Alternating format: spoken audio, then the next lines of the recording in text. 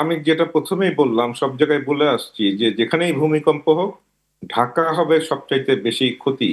এবং যে ভূমিকম্পের আশঙ্কা আমরা করছি সেটা যদি আসলেই হয়, তাহলে ঢাকা হয়ে যাবে মৃত্যুপুরী। এবং সরকার হয়তো বাধ্য হবে ঢাকাকে পরিত্যক্ত নগরী করতে। এবং আমরা সেই সক্ষমতা আমাদের মধ্যে অর্জন করি নাই, বা সেই ধরনের পরিকল্পনাও আমাদের নেই যে আমরা একটা দুর্যোগ হলে, পৃথিবীর সব দেশেই, উন্নত দেশেও দুর্যোগ, প্রাকৃতিক দুর্যোগ সবসময় হয়ে থাকে, কিন্তু তাদের সেই সক্ষমতা রয়েছে যে আবার সেই দুর্যোগ থেকে ঘুরে খুব দ্রুত কিভাবে ঘুরে দাঁড়ানো যায় সেই ব্যবস্থা তাদের রয়েছে। তো আমাদের তো সেই ব্যবস্থা নাই, আমাদের সবকিছু হচ্ছে ঢাকা কেন্দ্রিক। আমাদের পশ্চিম অঞ্চল, যেরকম আপনার কুষ্টিয়া, যশোর, পাবনা, রাজশাহী, খুলনা, এই অঞ্চলটা ভূমিকম্পের প্রভাবটা এখানে কম।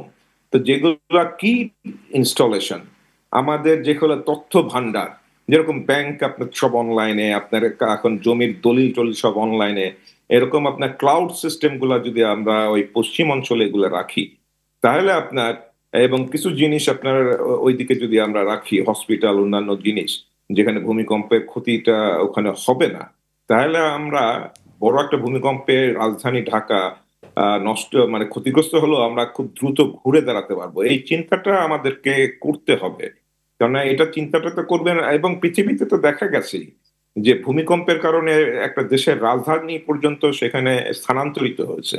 তা আমাদের এখন সময় আসছে এই বিষয়ে চিন্তা ভাবনা করা। এবং যারা দেশ চালাবেন, রাজনীতিবিদ রয়েছেন যারা দেশপ্রেমিক, শুধু তাদেরই না, এটা আসলে বাংলাদেশের সমস্ত নাগরিক যারা দেশপ্রেমিক।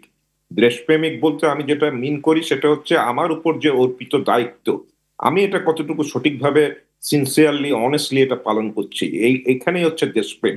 এটা যদি আমি না করি, তাহলে আসলে এই যে সংস্কারের যে জিনিসটা আসছে, সে সংস্কার করে লাভ নাই। আমার মনের সংস্কার যদি আমি না করতে পারি, তাহলে যত ফিজিক্যাল সংস্কার করেন না কেন, কোনোটাই এফেক্টিভ হবে না।